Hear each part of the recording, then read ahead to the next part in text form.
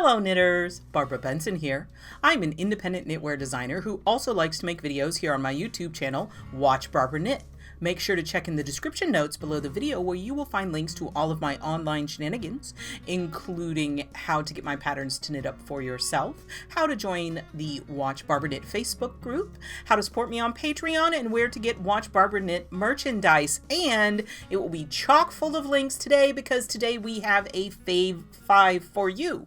Fave 5 is probably my longest running series, on again, off again, and it's not guaranteed every month, but it is something that I have been doing, I believe, since 2016 or 2017, and it is where I go and I browse through patterns on Ravelry, because that's the easiest place to search patterns, and pick out my favorite 5 patterns based on a specific theme.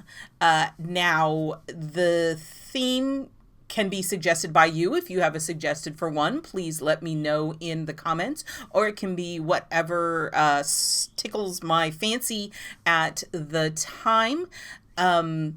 And when I say Fave 5, I definitely very deliberately do not call this a top 5. It is a Fave 5 because what it is I pick out my theme, and then when I start looking, it's what patterns at that moment are my favorite ones. And honestly, if I picked the same thing at a later date, it might end up being a different answer, because you know, it's what tickles your fancy. It's sometimes, I don't know if y'all ever go shopping in the yarn store and for some reason that particular day everything you like is the green yarn, but in another day it could be the purple yarn or the red yarn. It's whatever's speaking to me at the time. So I'm not saying that these are like the absolute best, I'm gonna fight you on it. It's just what made me excited at the time I was looking.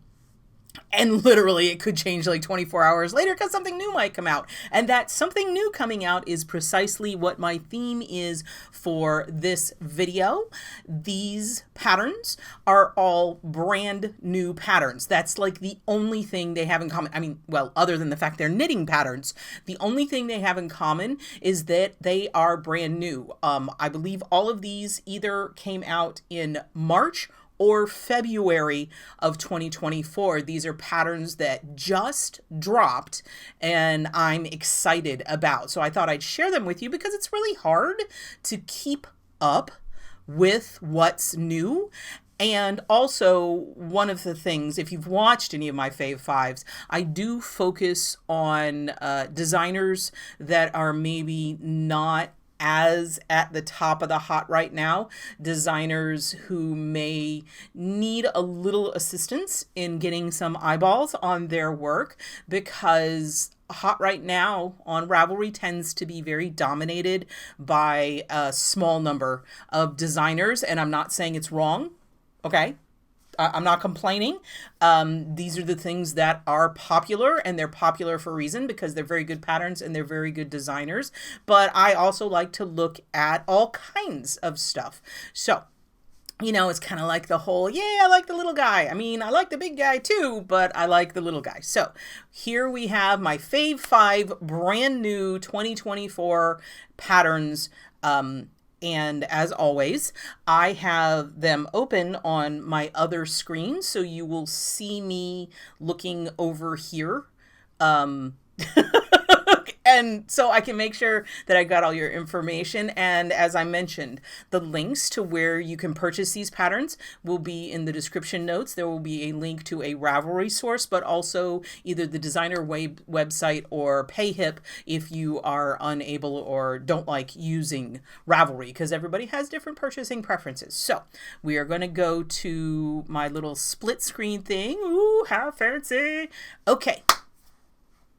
Which way do I have to point? Because the funny thing is it's like flipped on my screen, so it's a little tough for me to know. So I got to point this way. This is our first, and as you can't see, but I am looking at the Ravelry listing for it, and this pattern is released in March of 2024. And considering it's only the 8th of March, it really doesn't get a lot newer than this. The name of this pattern is Inlet.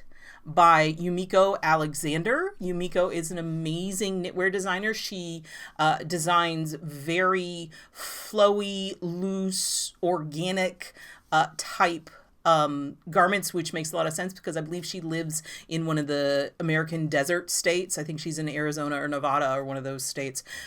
So it's these really loose and flowy ones. She also owns a yarn company called Dando that specializes in linen and silk and cotton yarns. So she obviously designs with her yarns. I really love this piece. It's very simple. And looks like a very, very versatile piece that you could wear. Now, she designed it, obviously, in her own yarn because she wants to sell her yarn. And she used Dando Cotton Fine, which is a light fingering weight yarn, but she held it double. So it actually is a DK weight pattern. So if you're looking to substitute yarns, you can either use light fingering held double, or probably fingering held double, or a light fingering with a fingering. There's, I'm sure, wiggle room, especially considering how loose this is. So you could use fingering held double or a DK weight yarn if you wanted to not mess with holding two yarns at a time. It is a cotton. So it calls for a US size 7 needle, which is 4.5 millimeters in metric. Yardage is anywhere from 1148 to 1901, which is 1050 to 1738 in the meters. Let's see a little bit more. Inlet has a clean look and shows off the beauty of the yarn. This top only uses knit and purl stitches to make an interesting texture without being complicated. Some sections, oh, I am wrong. I am wrong. I admit when I am wrong. This says, I missed this. To make an interesting texture without being complicated, some sections are worked with 2 strands held together and some sections are worked with only 1 strand. So the way that she is getting this kind of stripy effect is the more solid parts are 2 strands held together and the more see-through parts are 1 strand. So you cannot substitute DK weight yarn in this and get the same effect. You have to use 2 strands. See, this is why we work through these things and read the descriptions, because it tells you a lot about the pattern. And she says the top is worked in 2 colors. The main color is used throughout and the contrast is used only in where you're holding 2. So the darker portions are 2 hold together and it's 2 different colors. The lighter portions are 1 color. I am willing to wager you don't necessarily have to do it 2 color. If you really wanted it solid, it would just be 2 and 1, but all the same color. As she says, the sample uses 2 low contrast colors producing subtle look. If you prefer to play with color, use 2 high contrast colors. That is excellent. So the finished measurements are for a chest. The chest is 46, 50, 54, 58 inches, which is 115, 125, 135, and 145 centimeters. And there's a choice of 18, 20, or 18, 20, 22, or 24 inches long, which is 45, 50, 55, and 60 centimeters in length. So you can choose and make it as long as you want and as wide as you want. And it's got a very wide range. So that is very cool. And here I pulled another picture for you to see where you can really see where you have the 2 colors held together versus the 1 color. And so, you know what? I really should have figured that out. So what you can see here is the 2 colors she obviously used here were red and blue. And what's really interesting is when the red and blue are held together, it gives you like a purple look. So this is very cool. So, brand new, really fast, fun. I'm sure this is very easy to knit. It's only knits and purls. She has it, if you go and look at her website, she has it styled layered with like a light cami and a skirt or with jeans. So it's going to be a very versatile piece. And if you want to get started on something new to wear for the summer, this is going to be a great option. So that is the Inlet by Yumiko Alexander. Next, we have, this is Leaflet by Faye Kennington of Yuki Knits. This was published in February of 2024, so just last month. And it is a small shawl that she has styled here as a kerchief. It is a triangular shawl. I consider this bandit style, you know, because you think about the old westerns or the old Wild West where you pull it up. And I really, when this came out and I saw it on Ravelry, I favorited it immediately because I think it's absolutely lovely. Let's see here. It uses a US size 4 or 3.5 millimeter needle. You need approximately 300 yards of sport weight yarn, which is a pretty much one skein of sport weight yarn. She used Snow Ghost Sport by Polka Dot Sheep. I've seen Polka Dot Sheep popping up, and I think I need to check them out. Have y'all ever used Polka Dot Sheep? Let me know in the comments if Polka Dot Sheep is on your radar as far as a dyer. Now, the size available is at this size, which is one skein, 300 yards, 274 meters, is 15.5 by 48 or 39.5 by 122 centimeters. And it is a triangle. So it says, perfect for the refreshing days of spring or transitional seasons.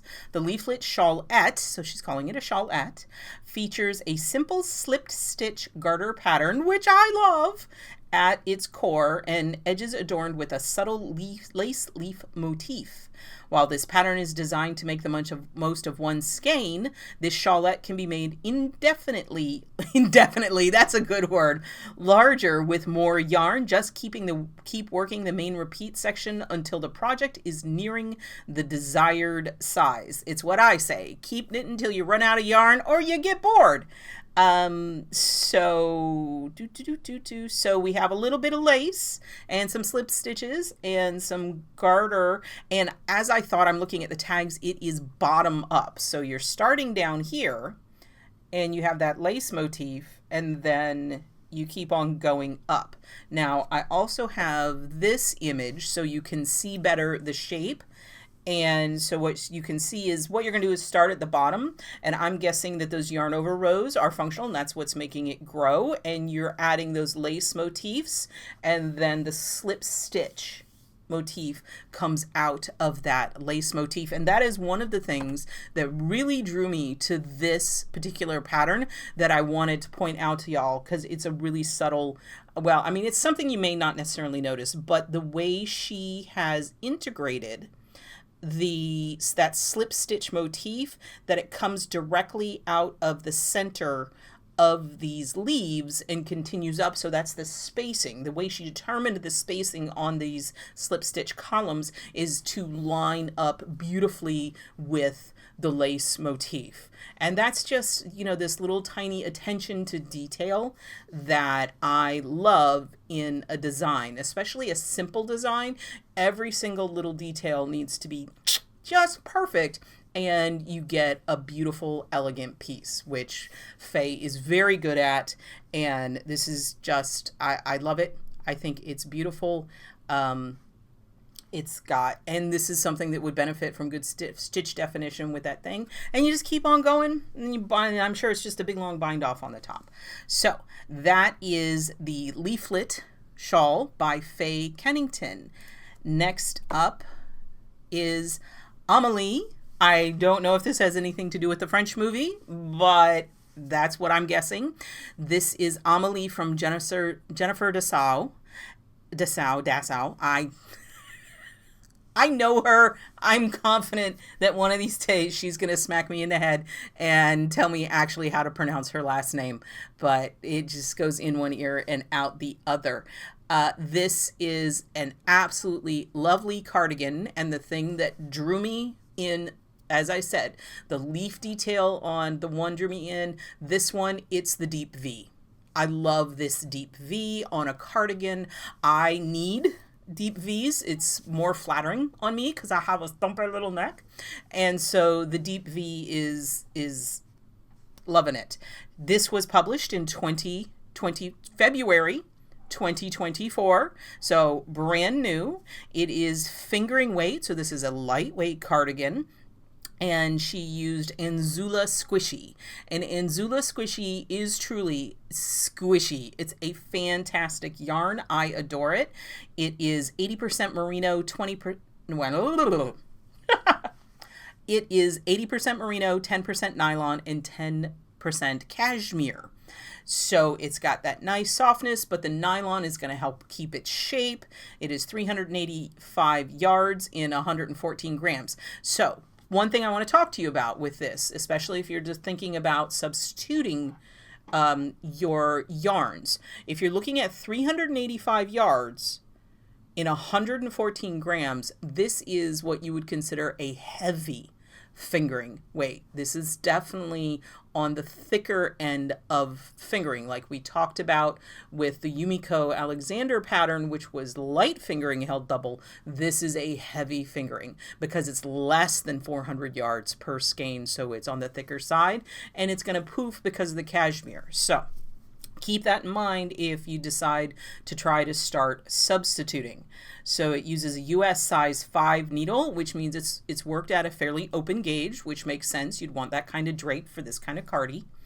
And one of the things, another thing, US size 5, 3.75 millimeter. One of the things that really, again, drew me into this pattern is the size inclusivity of this designer. So the sizes available, and this is in inches, is 30, 32, 34, 36, 38, 40, 42, 44, 48, 52, 56, 60, and 64. So there's a very wide range of sizes, which love it. It has buttons. I'm looking at the tags. It's got buttons, buttonholes. Part of it's worked in the round. Part of it's worked flat. You have to Kitchener someplace. She says it's got a peplum. It's got set-in sleeves and short rows, and it's got all the things top down. So it is a very simple. The end result is elegant and simple, but there's a lot of stuff going on to create this beautifully elegant and streamlined look. And she says, a tidy and feminine seamless cardigan. Amalee adds a touch of whimsy with bell sleeve cuffs and a romantic peplum. Just in case you don't know what a peplum is. A peplum is when the back of, it can be a skirt or a top, is curved and longer than the front. So if you look here, the front, you can see how it's up, and then the back is going to curve down. That is probably where your short rows are coming in to make that curve along the bottom and give your peplum. So it's from the side, it's going to look like this. It's just going to be, the front's going to be here and the hem on the back. It's not huge, but it's just got a very graceful line to it. Peplums are lovely. I also like the bell sleeve. I like the bell sleeve, and I like that it's on purpose because I'm short. Like everything, the sleeves come down to here, but this is on purpose. So, okay, worked from the top down using seamless, simultaneous set-in sleeve method. So it's a set-in sleeve, but you're not sewing it in. The silhouette is slightly relaxed with gentle A-line shaping, flattering high hip length, and an elegant tubular rib finish. So a lot of stuff. There's a whole lot more information. Let's see here. Stitches are cast on for the back, and the back shoulders are shaped with a few short rows to create the shoulder slope. Stitches are then picked up for each front shoulder and shaped with identical short rows. The back and fronts are united, while at the same time stitches are picked up at the shoulder edges for sleeve caps, and sleeve cap shaping begins. Body and sleeves are worked at the same time with a deep V neckline and tailored armhole shaping. When the armhole depth is reached, sleeves are put on hold. You know, you got to transfer to waist yarn. And while the body is worked straight to the natural waist, then stitches are increased to create the flowing peplum. Hem is finished with that tubular bind off. Sleeves are picked up. It's really Look at this. The narrow neck and front edging button band are worked in rib with easy and discreet tiny yarn over buttonholes and finished with a tubular bind off. So there is so much detail in this cardigan to create this beautiful, I mean, it's just attention to detail. It's one of the reasons why I love Jennifer's work. She's written a couple books. They're just absolutely, I know at least one. I would like to say a couple, but I know she's written at least one. Techniques: cable cast on, backward loops cast on, knit, purl, short rows, picking up stitches, increasing, decreasing, working in the round, simultaneous shaping, tubular bind off, grafting. Pattern instructions are fully written with links to tutorials. So she can walk you through this. And that appears to be, also, I love this. She gives credit to her tech editor because it has to be tech edited. I can't imagine this one. So this is, so you can see all the things I've talked about. It just, hearing what I'm talking about and looking at this, it's amazing what it takes to get something to look like this. And it's one of those things that I've often said, easy is hard. But it's got that beautiful swooped back. It's got the beautiful bell sleeves. It's got the amazing detail on the deep V. It's got very subtle button band. Just love it. So that was published in February of 2024. Okay, that took a lot because there was a lot going on in a simple thing. Our next one is Wind Chill by Laura Aylor. This was published in February of 2024. And doesn't it just like the squishiest thing ever? And fringe, I love fringe game. So this is Wind Chill by Laura Aylor. And it takes bulky weight yarn, uses a US size 11 or 8 millimeter needle. She used about 300 yards. It is one size, approximately 22 inches around at the top and 20 inches deep, not including fringe. And she used scraps to do this. But you're going to need about 300 yards of a bulky weight yarn. And let me see, she uses like a combination. The sample was knit in many colors of Miss Babs K2 and Malabrigo Chunky. So she actually has two different bulky weight yarns going on in here. So if you have bulky leftovers, this would be fantastic. Or if you just want to buy several different colors, it would be an absolute lot of fun. So she says, Barbara Walker's portcullis stitch gives the appearance of crochet to this chunky cowl. The cowl is worked flat with shaping and then seamed in the back. It can be worked in one color, two colors, or many colors. Check out the test knits for examples. And she has a link to the test knits. So if you want to see what it looks like in different colors, you can go on Ravelry and see what other people have done and mixing things up depending on how many different colors you have. And again, I like this is a really flexible pattern. I love, love, love the texture on it. I love the fringe. The skills required that she uses is long tail cast on, increasing, slipping stitches, decreasing, yarn overs, and the Icelandic bind off, which is a super fun bind off that looks absolutely amazing. She has tutorials linked here, which is 3 stitches into 1 and KFSB. I don't even know what that is. So, but she's providing the information on that.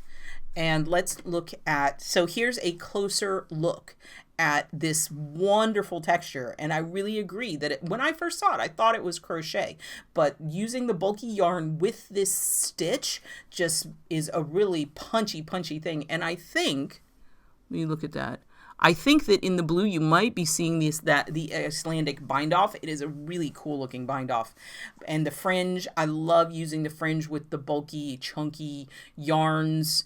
It's a super fun pattern, and I think it looks nice and squishy. And for those of you who are expecting way more cold weather than I personally am, this might be fun, or you might be able to get started on the next cold season's knitting. But yeah, so she has K2 by Miss Babs, Cascade 220 Grande, and Malabrigo Chunky. listed. And the interesting thing, okay, so all of those are 100-gram skeins, and you're looking at 104 yards. They're not all. 104 yards in 100 grams for the Malabrigo, 120 yards in 113 grams in the Miss Babs, and then 220 yards in 200 grams.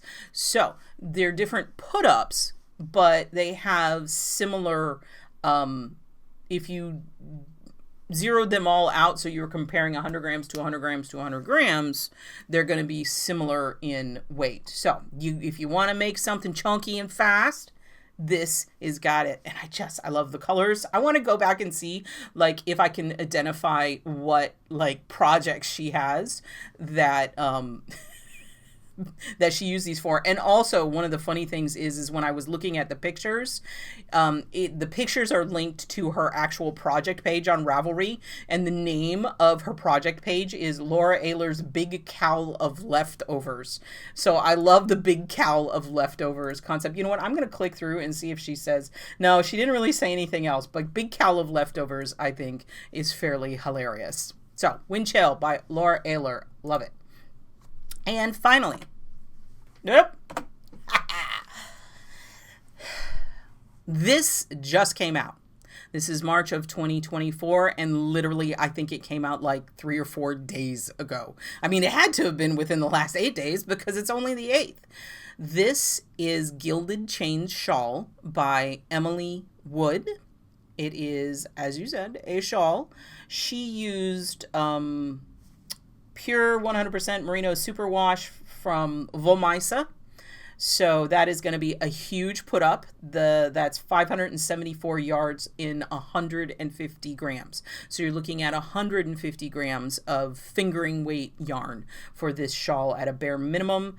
And actually she is calling for 600 to 650 yards. That is 549 meters. So you're going to need more than one skein of fingering weight to do this. And it is a US size 4 needle, 3.5 millimeters. And the size that her sample came out is 54 in length by 22.5 in depth. That's inches. Then that'd be 137 by 57 in centimeters. It is a side-to-side asymmetrically shaped shawl, so it's going to start with only a cast on of like 3 or 4, and it's going to grow in its triangle shape until you have, so you can see here you've got this beaded edge, which is one of the things that, I mean, again, we've been talking about what grabbed me, the beaded edge. It's just amazing. And how it goes down when it, so it starts here and where it dead ends down there, the far edge is going to be your bind off. So you start tiny, bind off a billion.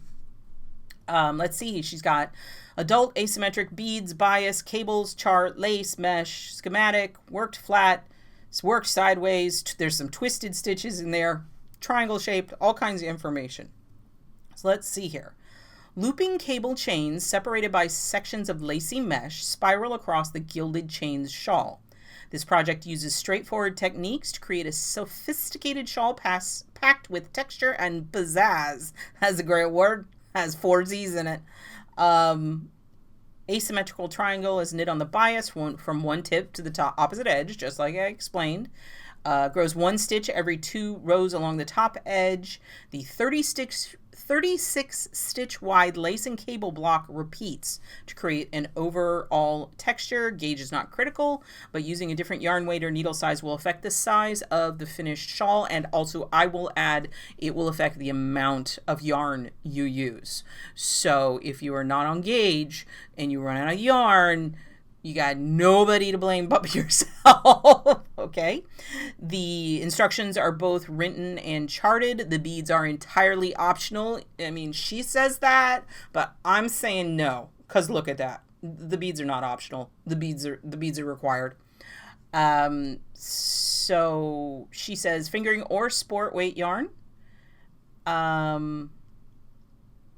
says, okay, so you need a yarn needle, a cable needle, and 25 grams of 6/0 seed beads and a 1.25 millimeter crochet hook. Okay, so if you're doing the beads, we're going to be doing the apply with the tiniest crochet hook on the face of the earth, which is like when you get to it, you pick it up, you slide, you have the bead on the crochet hook. You pick up the stitch that you want to put the bead on, you slide the bead down, you put it back on your needle. You're good to go.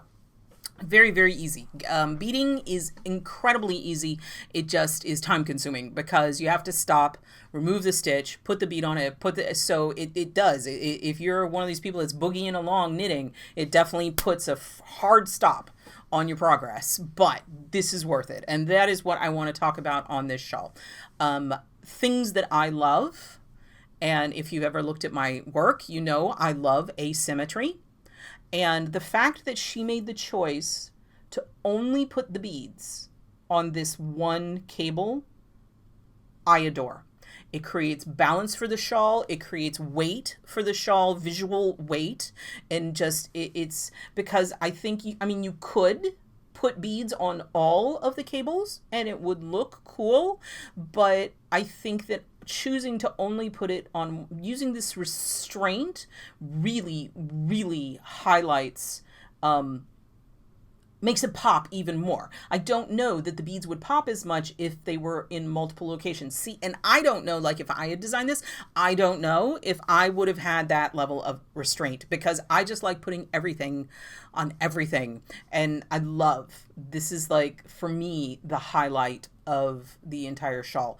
I love the mesh with the cables, so it's not going to be that heavy of a shawl, and that gave you more size. The cables are beautiful, the lace is beautiful. Here is another shot of it, and again, the asymmetry, because the way she has this, I picked this one out, the way she has it done, you only get that beading on the one side, and it makes the whole thing asymmetrical when worn. You can see the really pretty lace up here. It is a lovely, lovely shawl. You know, I love shawls. This one is very high on my list, and it's brand new. So I wanted to show it to y'all if you hadn't seen it because it's gorgeous. Also, the fact that she chose to use gold here. Again, very bold choice.